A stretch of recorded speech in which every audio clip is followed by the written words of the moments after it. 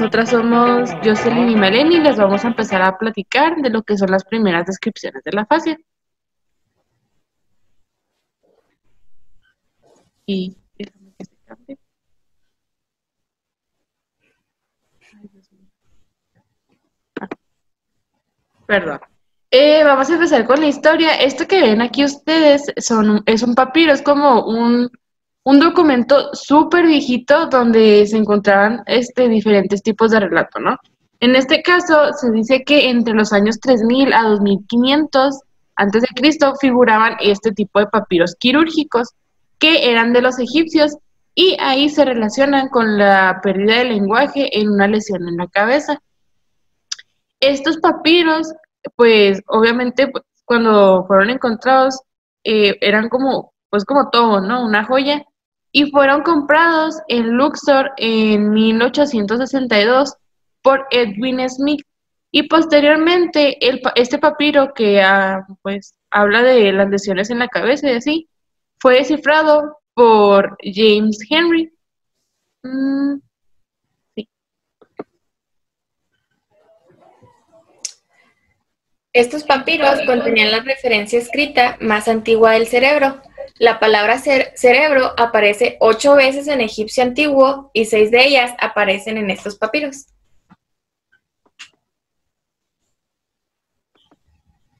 Después tenemos que estos papiros describían síntomas, diagnóstico y pronóstico de los pacientes con algún daño en la cabeza y fracturas en el cerebro. En estos escritos se observa que la pérdida del habla era el resultado de algo que llegaba desde afuera, como el aliento de un dios o la muerte, debido a esto de que antes se creía mucho que si una persona tenía alguna enfermedad o le pasaba algo, era por culpa de algo más como espiritual, ¿no? O de que alguien lo estaba castigando. Entonces, por esto, los pacientes quedaban mudos en su tristeza, pero pues eran cosas que se creían en los tiempos de antes, ¿no? En la actualidad, pues, evidentemente sabemos que esto es mentira. Hipócrates, el padre de la medicina, en el siglo V a.C., mencionó que el cerebro es el órgano del raciocinio o director del espíritu en franca oposición a la opinión imperante de la época, que atribuía las enfermedades a los dioses y colocaba al corazón como el cerebro de la actividad corporal. Después tenemos a Galeno, que 300 años más tarde, pues era un seguidor así de Hipócrates y señaló que existía una relación entre la vida espiritual y el cerebro.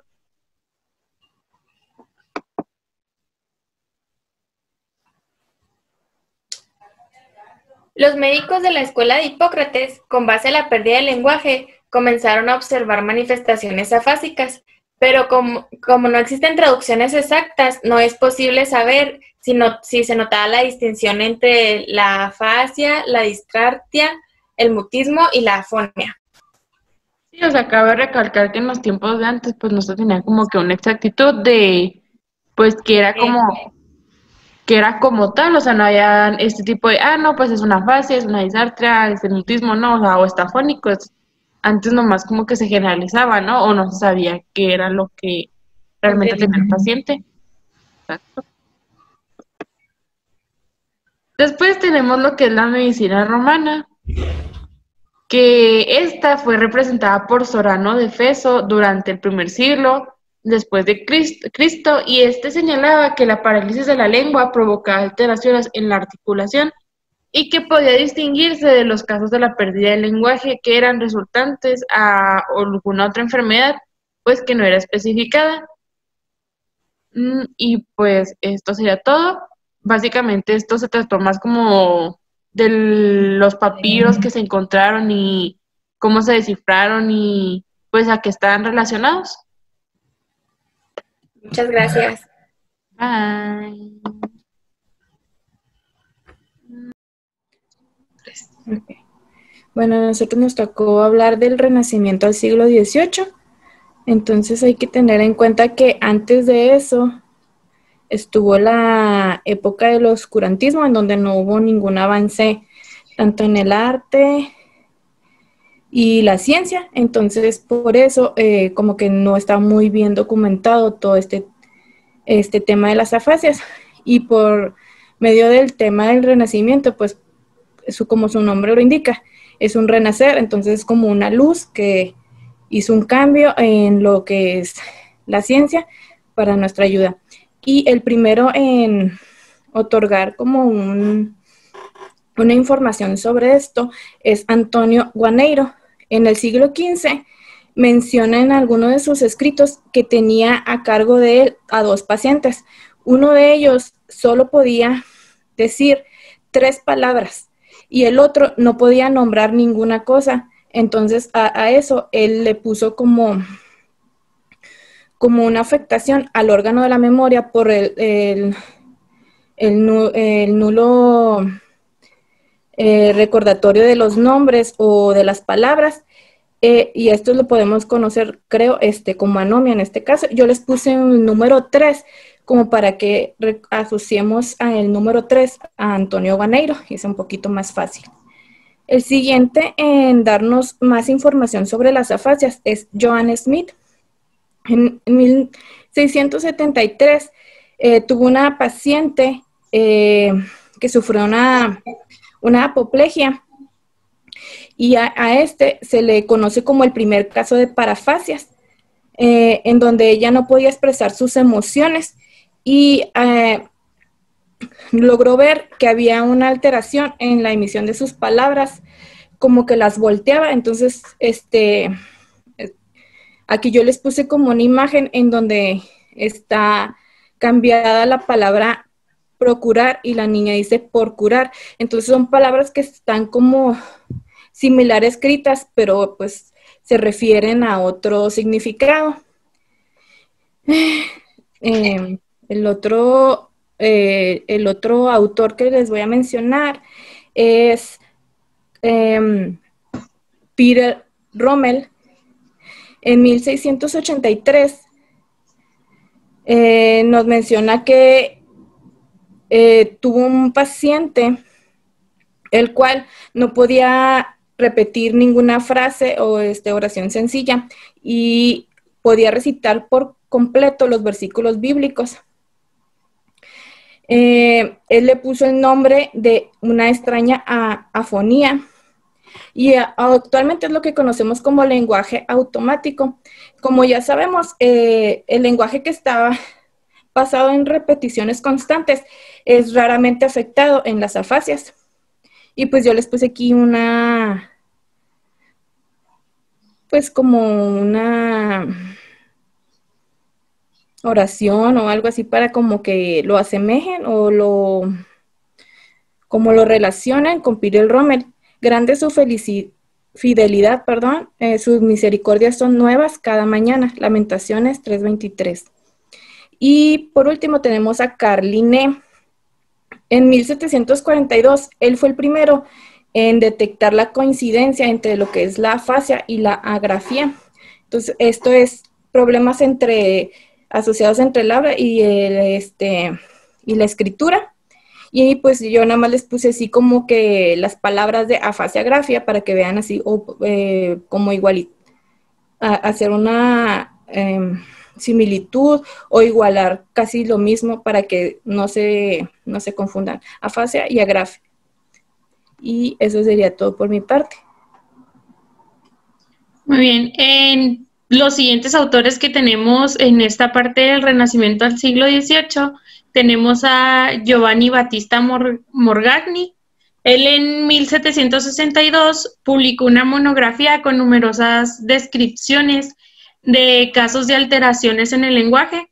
En estas descripciones se poseían 2 características. La primera es la observación de que, no obstante que los pacientes no podían hablar, pues conservaban la capacidad de comprender el lenguaje. Y la segunda era la coincidencia que tenía entre los trastornos motores del lenguaje, y la hemiplegia derecha. Y aquí pues les puse una foto de Giovanni. El siguiente autor es Johann Gessner. Él realizó estudios detallados sobre la jergafasia, la jergagrafia y los neologismos. Aquí pues investigué la jergafasia, pero no me pareció muy bien el significado. La jergagrafia, perdón. La jergafasia es esta parte es un tipo de afasia habitualmente por una lesión de las áreas sensitivas del lenguaje, y este es caracterizado pues por una abundante fluidez verbal con paráfrasis, perífrasis y abundante logorrea. Esto es la jergafasia. Y ya, pues en estos estudios, él decía que la jerga era un tipo especial de amnesia y no de demencia. En 1770 publicó una monografía intitulada Amnesia del lenguaje. Esto con base a 6 casos de sus pacientes, atribuyó que los trastornos del lenguaje de sus pacientes se debían a un deterioro específico en la memoria verbal. Después tenemos a Alexander Crichton. Él retomó la propuesta de Gessner y concluyó que las alteraciones del lenguaje se debían a un defecto en la asociación entre las ideas y su expresión. Por eso aquí les puse esta imagen, pues que son puras líneas, porque pues tú tienes la idea en la cabeza, pero es difícil expresarla. Y pues hasta este momento la fasiología está conformada por descripciones de casos aislados. Ya se habían observado las principales manifestaciones de las alteraciones lingüísticas, tanto en el lenguaje oral como en el lenguaje escrito, pero sin embargo no se había planteado un modelo teórico que abarcara todos los términos. Y pues esto sería todo por nuestra parte. Bueno, el tema que nos tocó a nosotros es la frenología. En el siglo XIX nace la frenología. La frenología se da por una fusión de lo que es la anatomía, la biología del desarrollo, lo que es la conducta y la fisiología. Entonces, al fusionarse todas estas áreas, pues nace la frenología. La frenología nos trataba de explicar o decían que palpando pues podría decir protuberancias del cráneo, podían encontrarse y localizarse facultades morales, facultades intelectuales y facultades espirituales. En la frenología, además de localizarse en ella funciones como la memoria visual, la memoria auditiva y la memoria espacial, la orientación espacial, también se encontraban funciones mentales como lo que es la socialización, lo que es la generosidad, el apego materno. Todo eso también creía que se podía detectar con la frenología. Bueno, la mayoría de los frenólogos estaban encabezados por un médico y neuroanatomista que se llamaba Franz Joseph Gall. Bueno, ellos creían que el grado de prominencia que tuvieran las regiones cerebrales indicaban qué tan desarrolladas estaban y la función que éstas desempeñaban. También pensaban que así como el tamaño de un músculo aumentaba con ejercicio, pues el cerebro se podía desarrollar en la manera en que se fuera entrenando, y que esto se mostraba con la parte extrema del cráneo en manera de protuberancias.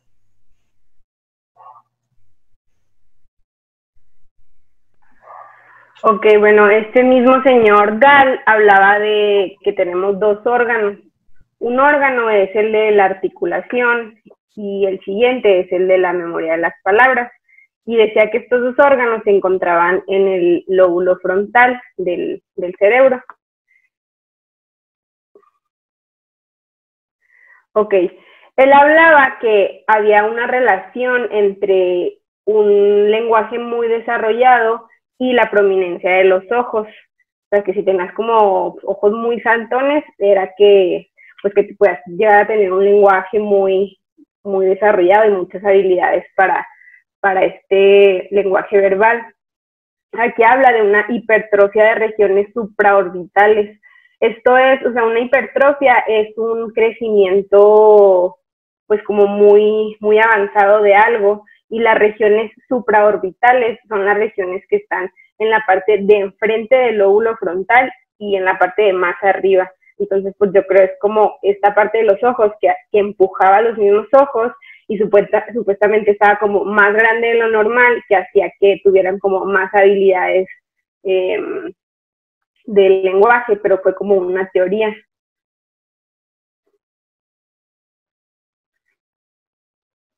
Ok, y luego ya en 1825 llega John Baptiste Bouillard, y él habla de que en el lenguaje articulado existen dos momentos. Uno es el primero, que es cuando empiezas a crear las palabras en tu mente, y luego pasas al segundo momento, que es cuando ya articulas estas palabras y las expresas. Hablaba de que aquí había una diferencia entre entraba la diferencia entre el lenguaje interno y el lenguaje externo. O sea, el lenguaje interno habla de cómo creas las palabras primero y luego ya pasas a articularlas.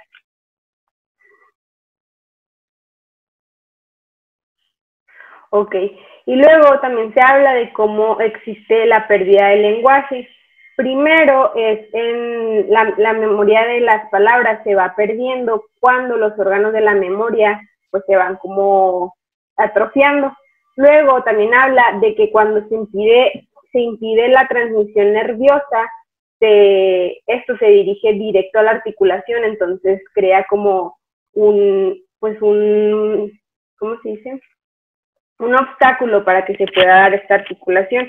Entonces aquí están los dos tipos de pérdida del lenguaje. Una es la memoria, que no recuerdas qué palabras decir, y la otra es que no sabes cómo expresar estas palabras.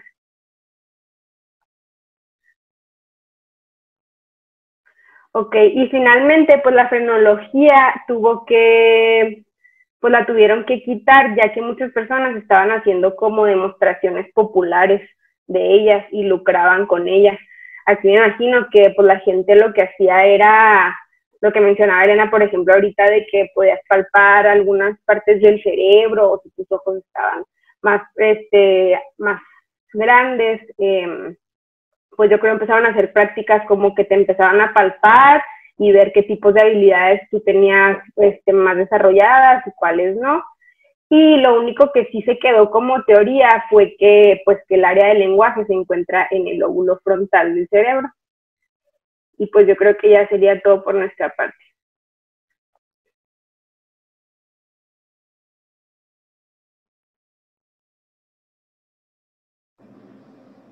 Hola, yo soy Pierre Paul Broca. Soy un cirujano y antropólogo afamado. En debate con las teorías frenológicas, expuse el caso de mi paciente Lebrón, quien, a pesar de no tener una parálisis en la lengua, presentaba una expresión oral limitada a la palabra tan. Lebrón era muy conocido en el hospital como Monsieur Tan. Tenía una buena inteligencia y una excelente comprensión de lo que se le decía. Podía comunicarse a través de gestos y ademanes, y no solo presentaba una limitación en el lenguaje hablado, sino también en la forma escrita. Lebrón tenía una parálisis en su brazo y pierna derechos. En su autopsia, logré encontrar una extensa lesión producida por un quiste en la tercera circunvalación frontal izquierda, zona que actualmente conocen como área de Broca, en mi honor. A la pérdida del lenguaje le di el nombre de afemia en 1861 y posteriormente, en 1865, Armand Trousseau le dio el término de afasia. Estudié a 8 pacientes con características similares. Todos presentaban lesiones en la región de Broca. Sus lesiones se encontraban localizadas en el hemisferio cerebral izquierdo, y este descubrimiento me permitió anunciar en 1864 uno de los principios más famosos del funcionamiento cerebral, conocido como hablamos con el hemisferio izquierdo. Mi descubrimiento contradecía la muy generalizada ley biológica de que los órganos simétricos tienen funciones idénticas, logrando así poner público el fenómeno de la asimetría funcional. La divulgación de los hallazgos de Broca fueron todo un éxito para la frenología. Esto permitió diferenciar dos tipos de comunicación que ya conocemos, que es la lingüística y la no lingüística. Dentro de la comunidad lingüística, distinguió la expresión en el área de Broca. Gracias.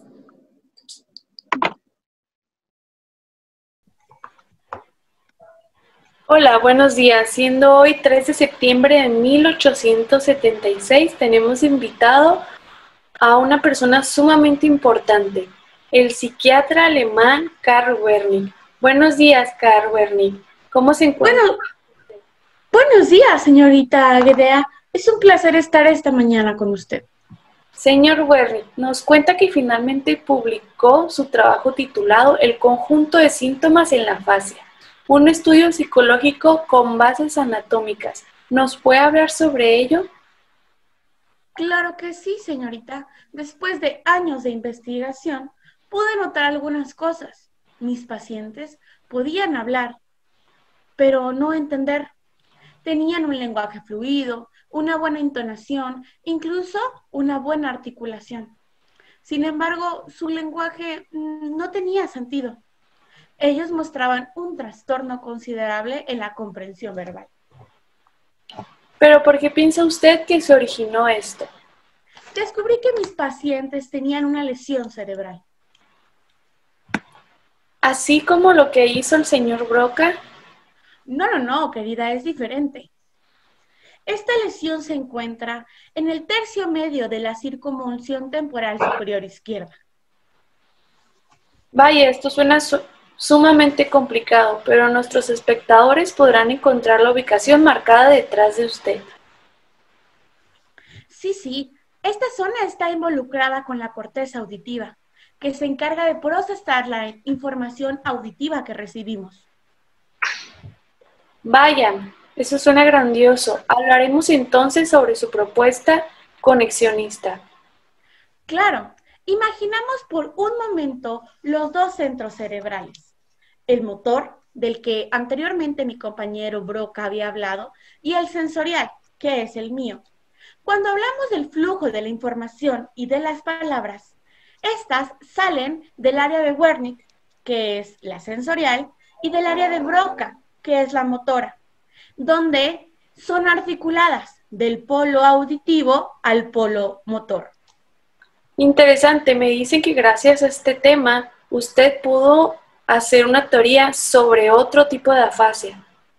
Así es, lo llamé afasia de conducción, que se presentaría, en dado caso, si la lesión afectara a ambos polos, tanto el motor como el sensorial. Fantástico, se nos acaba el tiempo, pero es un gusto tenerlo de vuelta, señor Karl Wernicke. Muchísimas gracias, el gusto es mío. Hola, muy buenos días. Nuestro equipo está compuesto por Damaris Ocampo y Alexandra Mesa y les vamos a hablar acerca del modelo conexionista clásico de Ludwig-Lichtenstein. Ok, Ludwig-Lichtenstein fue un médico alemán, nació el 7 de diciembre de 1845 en Breslavia, Polonia, y falleció el 13 de enero de 1928. Fue el primero en describir las afasias transcorticales y en hacer notar la diferencia entre la lesión de centros del lenguaje de la lesión en conexiones. En 1885 elaboró una propuesta formal del modelo conexionista en la cual los diferentes tipos de afasia eran el resultado de una lesión en los centros cerebrales del lenguaje o en las vías que las conectan. Nuestro libro aclara que son 5 áreas cerebrales asociadas al lenguaje, las cuales son el área de Broca, que está relacionada con la expresión, el área de Wernicke, que es la encargada de la comprensión, el área conceptual, la musculatura oral y la audición periférica. Lichtenstein retoma el modelo conexionista propuesto por Wernicke y lo desarrolla introduciendo algunas modificaciones.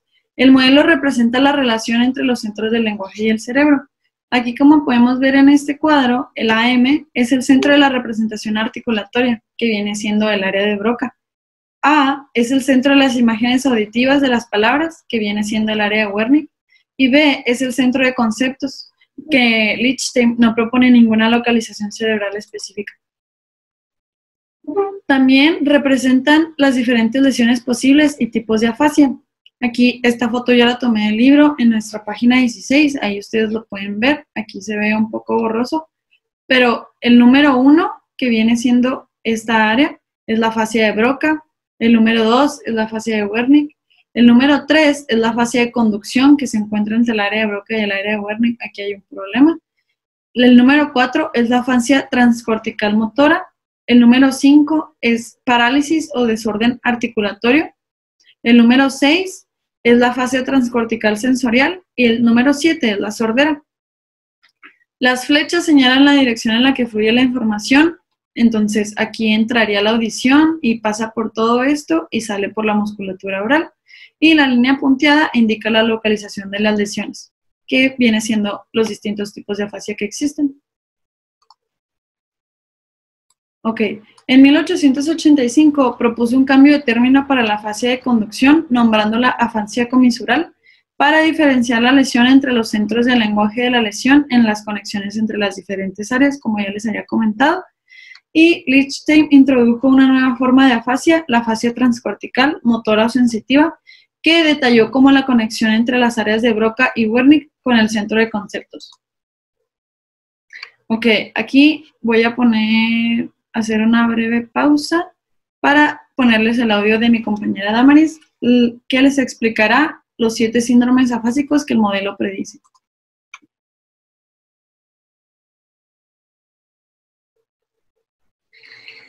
Bueno, el modelo que vimos anteriormente predice 7 síndromes afásicos. El primero es la afasia motora con trastornos en la expresión. Este es causado por una lesión en el área de Broca. El 2 es la afasia sensorial con trastornos en la compresión. Este es causado por una lesión o afectación en el área de Wernicke. Después sigue el 3, afasia de conducción con trastornos en la repetición. Este es por una lesión en las vías que conectan el área de Broca y el área de Wernicke. El 4 es la afasia motora transcortical con trastornos en la expresión y en la repetición innata. Este es por una lesión o afectación, o sea, igual que las anteriores, pero nada más que esta es entre la vía de Broca y el área conceptual. El 5 es la afasia motora subcortical con trastornos exclusivos en la articulación. Este es por una afectación o lesión que une el área de Broca y la musculatura oral. El 6 es la afasia sensorial transcortical con trastornos en la compresión y repetición intacta. El 6, esta afasia es por una lesión o afectación en las vías que conectan el área de Wernicke y el área conceptual. El 7 es la afasia sensorial subcortical o sordera verbal causada por una lesión. Esta, es por una lesión o afectación, pero esta es entre el área de Wernicke y la audición periférica. En la siguiente, haz de cuenta que, es una imagen, que me gustó mucho, que dice alternación de Broca, que, una alteración o una lesión en el área de Broca, es no poder expresarse o hablar. Y me gustó mucho porque dice alternación del área de Broca. Si le quitas la R, queda boca, que sería, una alteración o afectación ahí, te va a llevar a no poder hablar o expresarte.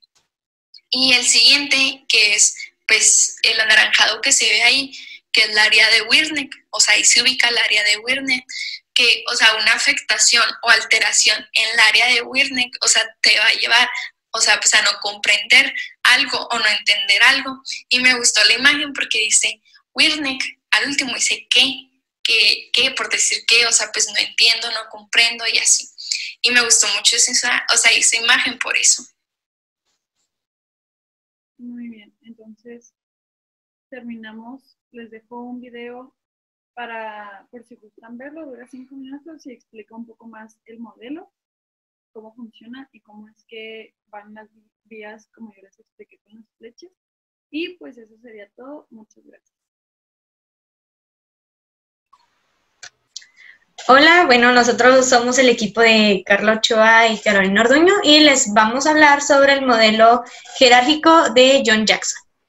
Muy bien, este señor se opuso, fue el primero en oponerse al localizacionismo.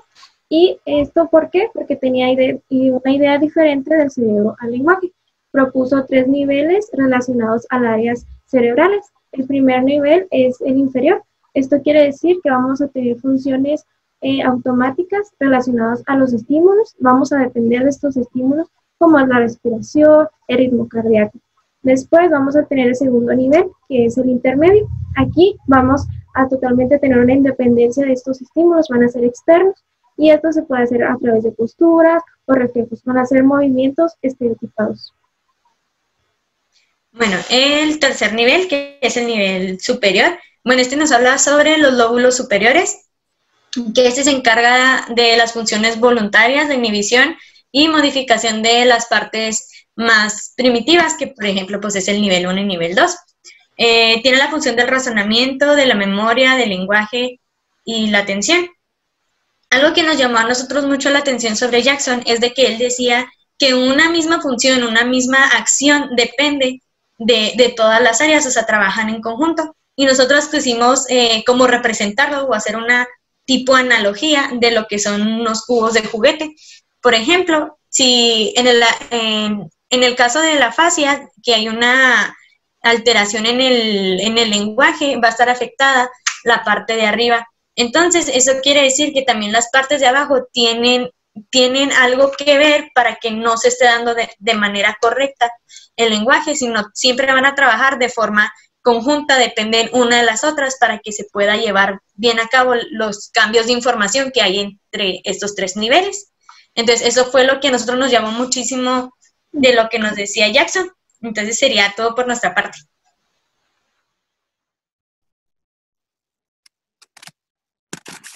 Bueno, nosotros les vamos a hablar de los modelos globales.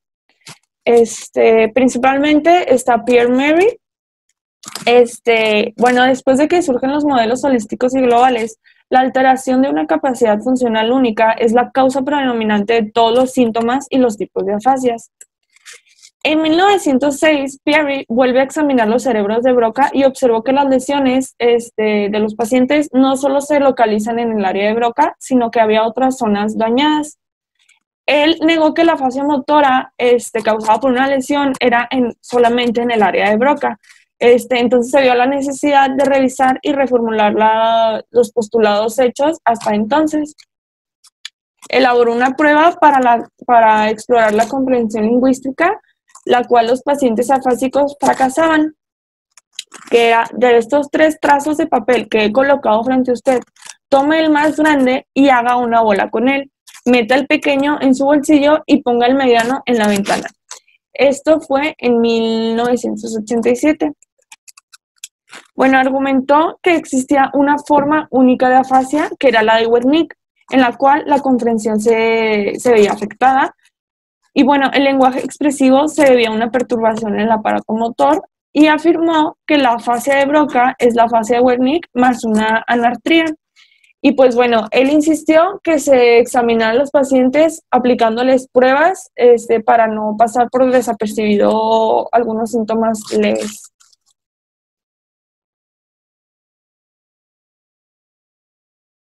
Enseguida está Carl Lashley.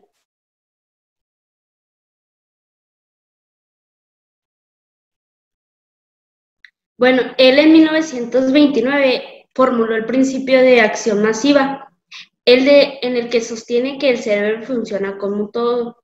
Además, decía que las áreas sanas se hacen cargo de la función de las dañadas. Enunció la ley de la equipotencialidad, que es la postura que cuando una zona del cerebro está lesionada, las áreas restantes tienen la capacidad para realizar la actividad que desempeñaba la zona dañada. Actualmente siguen vigentes los 2 principios con la plasticidad cerebral. Enseguida sigue Kurt Goldstein,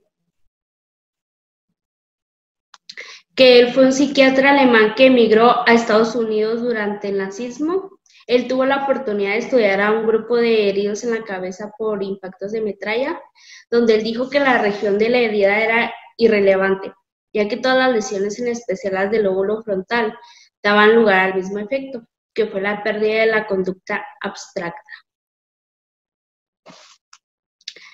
Para Goldstein, la conducta abstracta requería que la persona considerara la situación, que percibiera sus capacidades en relación con ella y en consecuencia pues las ajustara o modificara. En cambio, la conducta concreta se caracteriza por ser inflexible y rígida, sin necesidad de ajustes. Él decía que en la vida cotidiana se alternan ambos tipos de conducta dependiendo la situación o de la tarea que se lleva a cabo. También dijo que el lenguaje es abstracto y en la fase se pierde tanto la capacidad de producirlo como de pensar. Y bueno, pues esto fue todo por nuestra parte. Gracias.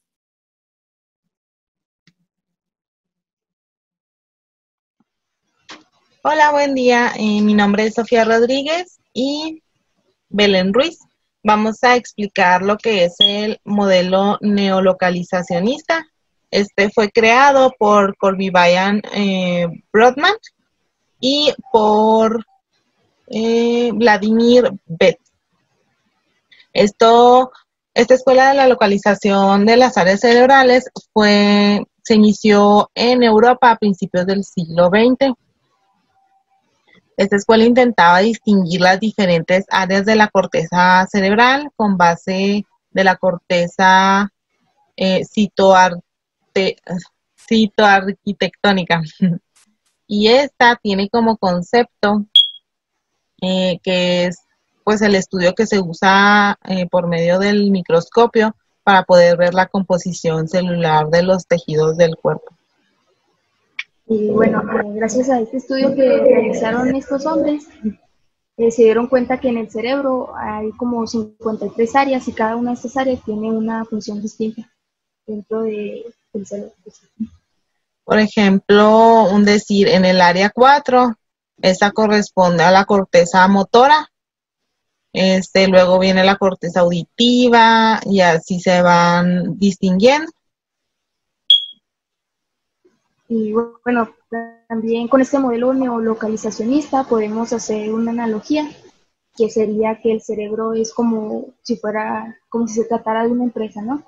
Y pues cada determinada área del cerebro es como un departamento que se encarga de hacer una tarea en específico.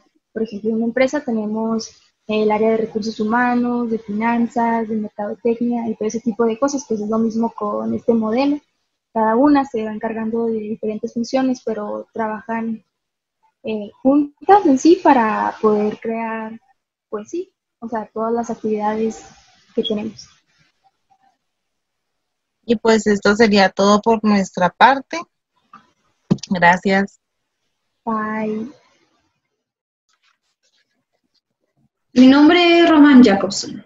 Soy lingüista, fonólogo y teórico lingüista ruso. Fui uno de los primeros lingüistas que estudió las patologías del lenguaje. En 1940 aporté que el orden en el que se adquieren los fonemas es susceptible a una caracterización universal. Después afirmé que el orden en el que se pierden en la afasia es inverso al que se adquiere.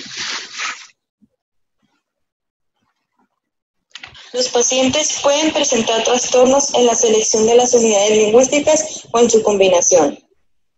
Al tratarse de esta manera independientemente y dar lugar a manifestaciones clínicas distintas. Tipos de afasia. Son resultados de alteraciones ya sea en la selección o en la combinación de unidades en los diferentes niveles de descripción del lenguaje, desde fonético hasta el discursivo. Finalmente, yo di origen a la clasificación de las afasias de Luria.